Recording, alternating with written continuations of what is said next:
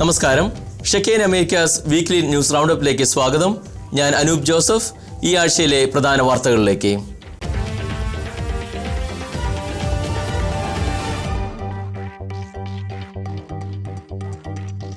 North അമേരിക്കയിലെ zero Malabar സഭയുടെ വളർച്ചയ്ക്ക് നിർണായകമായ സംഭാവനകൾ നൽകിയ റവറൻഡ് ഫാദർ ജോസ് കണ്ടത്തിക്കുടി അച്ഛൻ്റെ ശവസംസ്കാരം ജനുവരി 4 നടക്കും.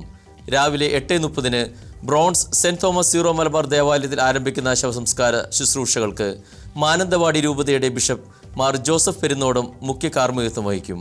കഴിഞ്ഞയാഴ്ച അന്തരിച്ച സീറോ മലബാർ സഭയിലെ സീനിയർ വൈദികനും ചിക്കാഗോയിലെയും ന്യൂയോർക്കിലെയും സെന്റ് തോമസ് സീറോ മലബാർ ഇടവകകളുടെ സ്ഥാപക വികാരിയുമായ ഫാദർ ജോസഫ് കണ്ടത്തിക്കുടിയുടെ മൃതസംസ്കാര ശുശ്രൂഷകൾ ജനുവരി 4 നടത്തപ്പെട്ടു.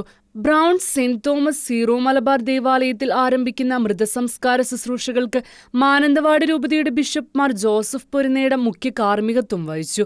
ചിക്കാഗോ രൂപത ബിഷപ്പ് മാർ ജോയി ആലപ്പാട്ടാണ് മൃതസംസ്കാര ശുശ്രൂഷകൾക്ക് വേണ്ട ക്രമീകരണങ്ങൾ നടത്തിയത്. മാർ ജോയി ആലപ്പാട്ട് കഴിഞ്ഞയാഴ്ച ഇടവക സന്ദർശിക്കുകയും ദേവാലയത്തിൽ പ്രത്യേക പ്രാർത്ഥനകൾ നടത്തുകയും ചെയ്തിരുന്നു. Church desk, Shekinah news. യുഎസിലെ ഇന്ത്യക്കാർക്ക് ജനുവരി മുതൽ 540 ദിവസത്തേക്ക് ഓട്ടോമാറ്റിക് വർക്ക് പെർമിറ്റ് ലഭിക്കും. 2025 ജനുവരി 13 മുതൽ ഈ പുതിയ നിയമം പ്രാബല്യത്തിൽ വരുമെന്ന് US department of homeland security അറിയിച്ചു. US. Department of homeland security DHS work പെർമിറ്റിന്റെ വിപുലീകരണ കാലയളവ് 540 ദിവസമായി നീട്ടിക്കൊണ്ടുള്ള അറിയിപ്പ് പുറത്തുവന്നു. 2022 മെയ് 4 അതിനുശേഷമോ അവരുടെ തൊഴിൽ അംഗീകാര രേഖ പുതുക്കുന്നതിന് അപേക്ഷിച്ച എല്ലാവർക്കും ഈ മാറ്റം ബാധകമാകും. 2025 ജനുവരി 13 മുതലാണ് ഈ പുതിയ നിയമം പ്രാബല്യത്തിൽ വരുന്നത്. H1B വിസയുള്ളവരുടെ H4 വിസയുള്ള ഭാര്യമാർക്കും L1 വിസയുള്ളവരുടെ L2 വിസയുള്ള ഭാര്യമാർക്കും ഈ തീരുമാനം ഗുണം ചെയ്യും. ഇപ്പോൾ അവർ തൊഴിലിലും കുടുംബ നടത്തിപ്പിലും നേരിടുന്ന പ്രശ്നങ്ങൾ പുതിയ പരിഷ്കരണത്തോടെ കുറയുമെന്ന് പ്രതീക്ഷിക്കുന്നു. അമേരിക്കയിൽ താമസിക്കുന്ന ഇന്ത്യൻ സമൂഹത്തിന് ഈ നടപടി വലിയൊരു സന്തോഷ വാർത്തയാണ്. ജീവനക്കാരുടെ കുറവ് മൂലം ബുദ്ധിമുട്ടുന്ന വ്യാപാര സ്ഥാപനങ്ങൾക്കും ഈ നീക്കം ആശ്വാസമാകും. DHSന്റെ ഈ തീരുമാനത്തോടെ അമേരിക്കൻ തൊഴിലുടമകൾക്ക് ജീവനക്കാരെ നിലനിർത്താൻ ഇത് സഹായിക്കും. യുഎസിലെ ന്യൂ ഓർലിയൻസിലെ ഭീകരാക്രമണത്തിന് പിന്നിൽ 42-കാരനായ ഷംസുദ്ദീൻ ജബ്ബാറാണെന്ന് പോലീസ്. യുഎസ് പൗരനായ ഇയാൾ മുൻ സൈനിക ഉദ്യോഗസ്ഥൻ കൂടിയായിരുന്നുവെന്ന് FBI അറിയിച്ചു. ഭീകരാക്രമണത്തിന് പിന്നാലെ പോലീസ് ഇയാളെ വെടിവെച്ച് കൊലപ്പെടുത്തിയിരുന്നു.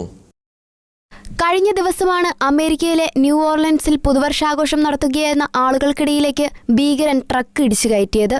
ആക്രമണത്തിൽ 15 പേർ കൊല്ലപ്പെടുകയും 35 പേർക്ക് പരിക്കേൽക്കുകയും ചെയ്തിരുന്നു. ഇയാളുടെ വാഹനത്തിൽ IS പതാക ഉണ്ടായിരുന്നതായി രാജ്യാന്തര മാധ്യമങ്ങൾ റിപ്പോർട്ട് ചെയ്തു. ഹൂസ്റ്റണിൽ റിയൽ എസ്റ്റേറ്റ് ഏജന്റായ ജബ്ബാർ സൈന്യത്തിൽ IT സ്പെഷ്യലിസ്റ്റായാണ് സേവനമനുഷ്ഠിച്ചിരുന്നത്.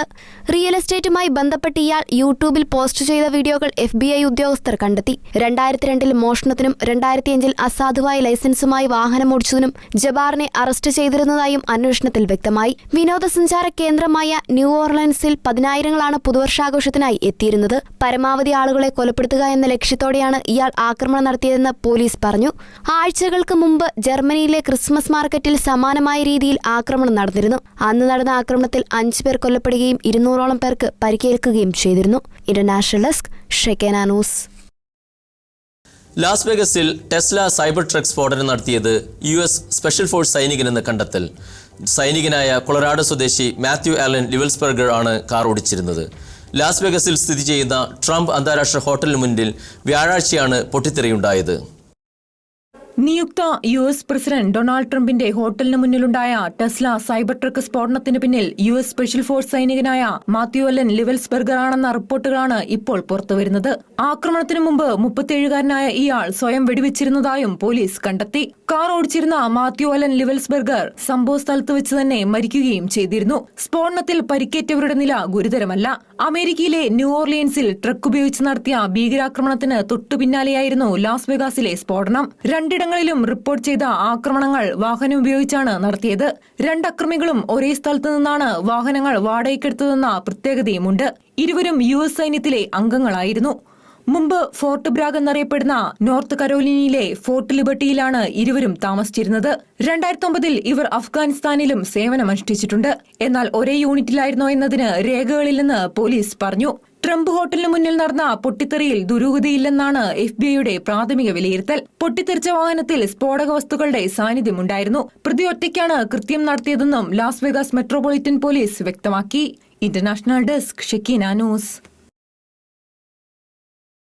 ലോകത്തെ ആശങ്കയിലാക്കി ചൈനയിൽ വീണ്ടും പുതിയ വൈറസ് പടരുന്നതായി റിപ്പോർട്ടുകൾ. ഹ്യൂമൻ മെറ്റാപ് ന്യൂമോ വൈറസാണ് അതിവേഗം പടരുന്നതെന്നാണ് പുറത്തുവരുന്ന റിപ്പോർട്ടുകൾ. കോവിഡ് വ്യാപനത്തിന് തുടക്കം ചൈനയിൽ നിന്നുമായതിനാൽ ഇപ്പോഴത്തെ വൈറസ് വ്യാപനത്തെ ലോകം കടുത്ത ആശങ്കയോടെയാണ് കാണുന്നത്. ചൈനയിലെ ആശുപത്രികൾ രോഗികളെ കൊണ്ട് നിറഞ്ഞിരിക്കുകയാണെന്നാണ് ചില സോഷ്യൽ മീഡിയ പോസ്റ്റുകളിൽ പറയുന്നത്. നിരവധി മരണങ്ങൾ സംഭവിച്ചതായും ചൈന അടിയന്തരാവസ്ഥ പ്രഖ്യാപിച്ചുവെന്നും അന്താരാഷ്ട്ര മാധ്യമങ്ങൾ റിപ്പോർട്ട് ചെയ്യുന്നുണ്ട്. എന്നാൽ ഇതൊന്നും ചൈനയോ ലോകാരോഗ്യ സംഘടനയോ സ്ഥിരീകരിച്ചിട്ടില്ല. അതേസമയം ഉറവിടമറിയാത്ത ന്യൂമോണിയ കേസുകൾക്കായി നിരീക്ഷണ സംവിധാനം ഏർപ്പെടുത്തിയെന്ന് ചൈനയുടെ രോഗനിയന്ത്രണ അതോറിറ്റി പറഞ്ഞതായി വാർത്താ ഏജൻസിയായ റോയിറ്റേഴ്സ് റിപ്പോർട്ട് ചെയ്തു. ശൈത്യകാലത്ത് ശ്വാസകോശ സംബന്ധമായ രോഗങ്ങൾ ഉയരാനിടയുണ്ട്. ശ്വസന സംബന്ധമായ രോഗങ്ങൾ ഡിസംബർ 16 മുതൽ 22 വരെയുള്ള വാരത്തിൽ ഉയർന്നതായി ചൈന സ്ഥിരീകരിക്കുന്നുമുണ്ട്.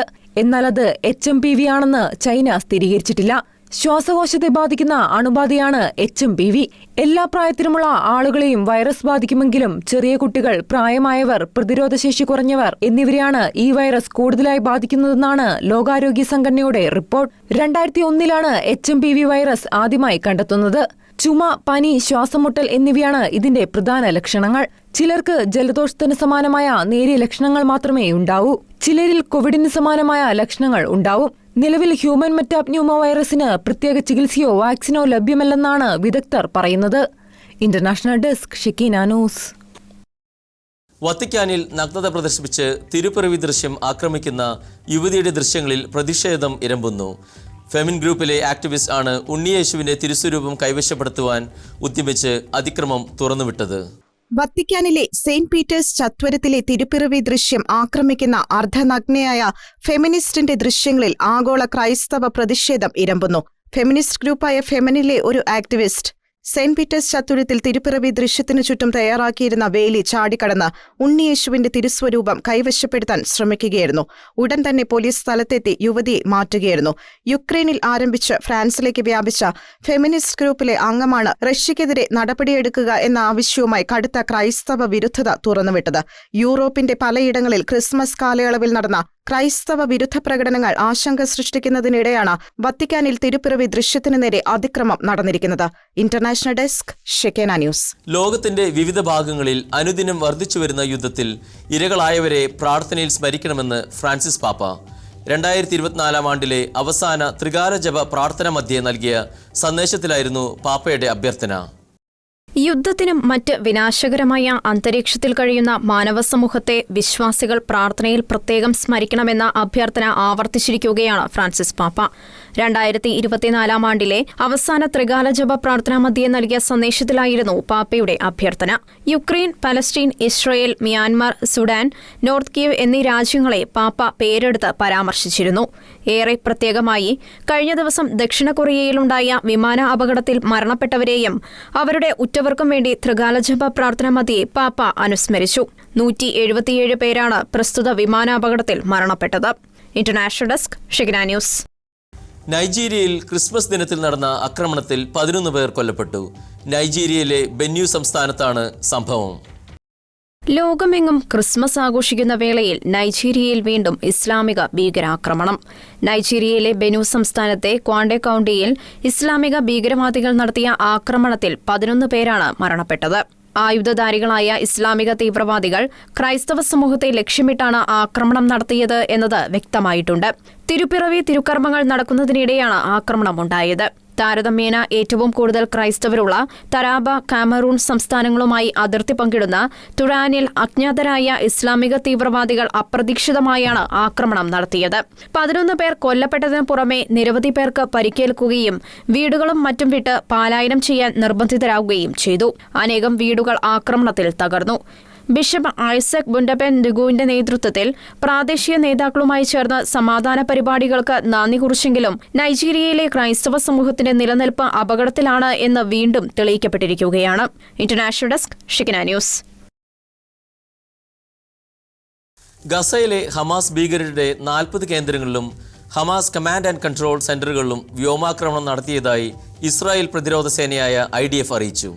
മിലിറ്ററി ഇന്റലിജൻസ് ഡയറക്ടറേറ്റും ഷിൻബെറ്റ് സുരക്ഷാ ഏജൻസി നൽകിയ രഹസ്യ വിവരത്തെ തുടർന്നാണ് വ്യോമാക്രമണം നടത്തിയത്. മിലിറ്ററി ഇന്റലിജൻസ് ഡയറക്ടറേറ്റും ഷിൻബെറ്റ് സുരക്ഷാ ഏജൻസിയും നൽകിയ രഹസ്യ വിവരത്തെ തുടർന്ന് IDF സത്തേൺ കമാൻഡുമായി സംയുക്ത ഓപ്പറേഷനിലാണ് ഇസ്രായേലി വ്യോമസേന ആക്രമണം നടത്തിയത്. ലക്ഷ്യസ്ഥാനത്ത് ഡസൻ കണക്കിന് ഹമാസ് ഭീകരർ ഒത്തുകൂടിയിരുന്നെന്നും ഗാസയിലെയും ഇസ്രായേലിലെയും സൈനികർക്കെതിരെ ആക്രമണം നടത്താൻ പദ്ധതിയിട്ടതായും IDF പറഞ്ഞു. ഇസ്രായേൽ സൈനികർക്കും പൗരന്മാർക്കുമെതിരെ ഭീകരാക്രമണങ്ങൾ ആസൂത്രണം ചെയ്യുകയും നടപ്പാക്കുകയും ചെയ്ത ഡസൻ കണക്കിന് ഭീകരർ ഈ പ്രദേശങ്ങൾക്കുള്ളിൽ നിന്നാണ് പ്രവർത്തിച്ചത്. ആക്രമണം നടത്തിയ ചില തീവ്രവാദ ലക്ഷ്യങ്ങൾ മുമ്പ് സ്കൂളുകളായി പ്രവർത്തിച്ചിരുന്ന പ്രദേശങ്ങളിൽ സ്ഥാപിച്ചതാണ്. ഗാസ മുനമ്പിലെ സിവിലിയന്മാരെയും സിവിലിയൻ അടിസ്ഥാന സൗകര്യങ്ങളെയും തീവ്രവാദ പ്രവർത്തനങ്ങൾക്കായി ഹമാസ് ഭീകരർ ഉപയോഗിക്കുന്നു എന്നതിന്റെ മറ്റൊരു ഉദാഹരണമാണിതെന്നും IDF പറഞ്ഞു. ഹമാസിന്റെ ഭീകരതയ്ക്കെതിരെ സാധാരണക്കാരായ ജനങ്ങളെ സംരക്ഷിക്കുന്നത് തുടരുമെന്നും സൈന്യം വ്യക്തമാക്കി. അതേസമയം യമനിലെ ഹൂത്തികൾ ഇസ്രായേലിലേക്ക് തൊടുത്തുവിട്ട ബാലിസ്റ്റിക് മിസൈലുകളും ഡ്രോണുകളും തകർത്തതായി IDF അറിയിച്ചു. ഗാസയിലെ ബന്ദികളെ മോചിപ്പിക്കൽ, വെടിനിർത്തൽ കരാർ തുടങ്ങിയ സംബന്ധിച്ച് ഖത്തറിൽ നടക്കുന്ന ചർച്ചകളിൽ പങ്കെടുക്കാൻ ഒരു പ്രതിനിധി സംഘം ഇസ്രായേലിൽ നിന്ന് പുറപ്പെട്ടതായും റിപ്പോർട്ടുകളുണ്ട്. International desk, Shekinah news. ഈശോ മിശിഹായുടെ തിരുശരീരം പൊതിഞ്ഞു എന്ന് ക്രൈസ്തവർ പരമ്പരാഗതമായി വിശ്വസിക്കുന്ന ടൂറിൻ തിരുക്കച്ചയുടെ നേർപകർപ്പ് Wayanad Ambalavayal saint Martin de Porres ദേവാലയത്തിൽ പൊതുദർശനത്തിന്. 2025 ജനുവരി 15 വരെ നടത്തപ്പെടുന്ന പൊതുദർശനം ഭാരതത്തിൽ ആദ്യമായാണ് നടത്തപ്പെടുന്നത്. നിരവധി ശാസ്ത്ര പരീക്ഷണങ്ങൾക്ക് വിധേയമായ ഒന്നാണ് ഈശോയുടെ തിരുശരീരം പൊതിഞ്ഞു എന്ന് ക്രൈസ്തവർ പരമ്പരാഗതമായി വിശ്വസിക്കുന്ന ടൂറിൻ തിരുക്കച്ച. 1978 മുതൽ 33 ശാസ്ത്രജ്ഞരുടെ ഒരു വിദഗ്ധ സംഘം ഈ കച്ചയെക്കുറിച്ച് നീണ്ട 28 വർഷം പഠനം നടത്തി. ശാസ്ത്ര സംഘത്തിന്റെ പഠനത്തെ തുടർന്ന് പ്രസ്തുത കച്ച 2000 വർഷം പഴക്കമുള്ളതാണെന്നും ക്രൂശിതനായി മരിച്ച യേശുക്രിസ്തുവിന്റേതാണെന്നും കണ്ടെത്തി. ടൂറിൻ കത്തീഡ്രലിൽ സൂക്ഷിച്ചിരിക്കുന്ന പ്രസ്തുത തിരുക്കച്ചയുടെ നേർപകർപ്പാണ് ഇപ്പോൾ Wayanad Ambalavayal saint Martin de Porres ദേവാലയത്തിൽ പൊതുദർശനത്തിനും വണക്കത്തിനുമായി എത്തിച്ചിരിക്കുന്നത്. സീറോ മലബാർ സഭയുടെ മുൻ അധ്യക്ഷൻ കർദിനാൾമാർ ജോർജ് ആലഞ്ചേരി, MCBS സന്യാസ സഭയിലെ ഫാദർ ജോസഫ് പെരുങ്ങാരപ്പള്ളിയിൽ MCBSന് ഒപ്പിട്ട് കത്ത് കൊടുത്തതിനാലാണ് ഇറ്റലിയിലെ ടൂറിൻ കത്തീഡ്രലിൽ നിന്നും ടൂറിൻ തിരുക്കച്ചയുടെ നേർപകർപ്പ് ഇന്ത്യയിൽ എത്തിക്കാൻ സാധിച്ചത്. ഫാദർ ജോസഫ് പെരുങ്ങാരപ്പള്ളിയിലുമായി അടുപ്പമുണ്ടായിരുന്ന Ambalavayal saint Martin de Porres ഇടവക അംഗം അജി തോമസ് വഴിയാണ് പ്രസ്തുത ദേവാലയത്തിൽ ടൂറിൻ തിരുക്കച്ചയുടെ നേർപകർപ്പിന്റെ പൊതുദർശനവും വണക്കവും സാധ്യമായതെന്ന് ഇടവക വികാരി ഫാദർ ചാക്കോ മേപ്പുറത്ത് ഷെക്കീന ന്യൂസിനോട് വ്യക്തമാക്കി. 4 സുവിശേഷങ്ങളിലും രേഖപ്പെടുത്തിയിരിക്കുന്ന ക്രൂശിതനായ ഈശോമിശിഹായുടെ മൃതസംസ്കാര ശുശ്രൂഷയിൽ ഉപയോഗിച്ച കച്ചയെക്കുറിച്ച് നമ്മൾ വായിക്കുന്നുണ്ട്. അതൊരു ലിനൻ ക്ലോത്ത് ആയിരുന്നു.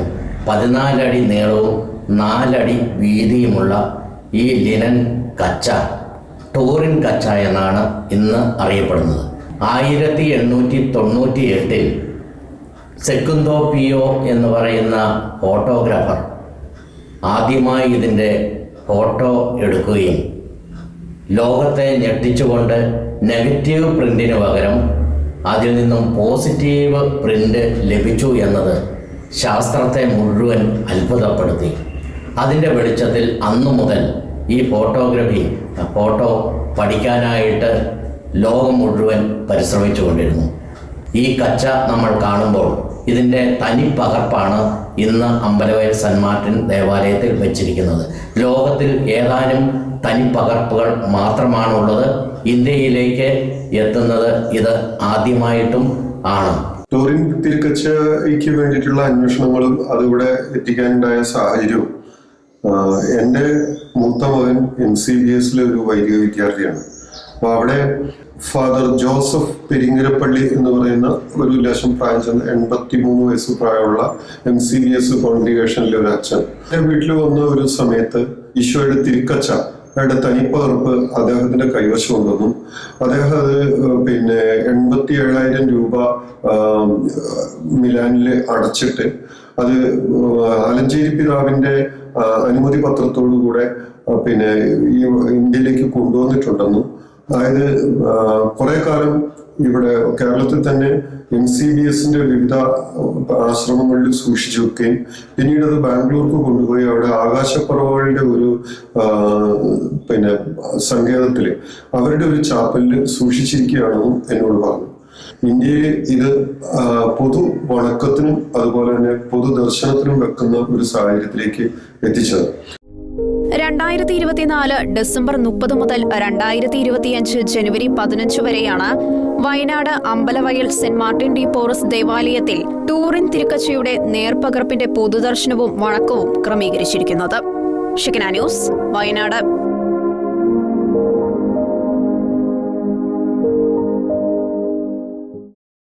ജൂബിലി വർഷം ദൈവത്തിൻ്റെ കൃപയുടെ പരിവർത്തന ശക്തി അനുഭവിക്കുവാൻ നമ്മെ ആഹ്വാനം ചെയ്യുന്നുവെന്ന് CBCI പ്രസിഡന്റും തൃശൂർ അതിരൂപത ആർച്ച് ബിഷപ്പുമായ മാർ ആൻഡ്രൂസ് താഴത്ത് തൃശൂർ ലൂർദ് കത്തീഡ്രൽ ദേവാലയത്തിൽ മിശിഹ വർഷം 2025 ജൂബിലിയുടെ രൂപതാതല ആചരണത്തിന് തുടക്കം കുറിച്ച് സന്ദേശം നൽകുകയായിരുന്നു മാർ ആൻഡ്രൂസ് താഴത്ത്.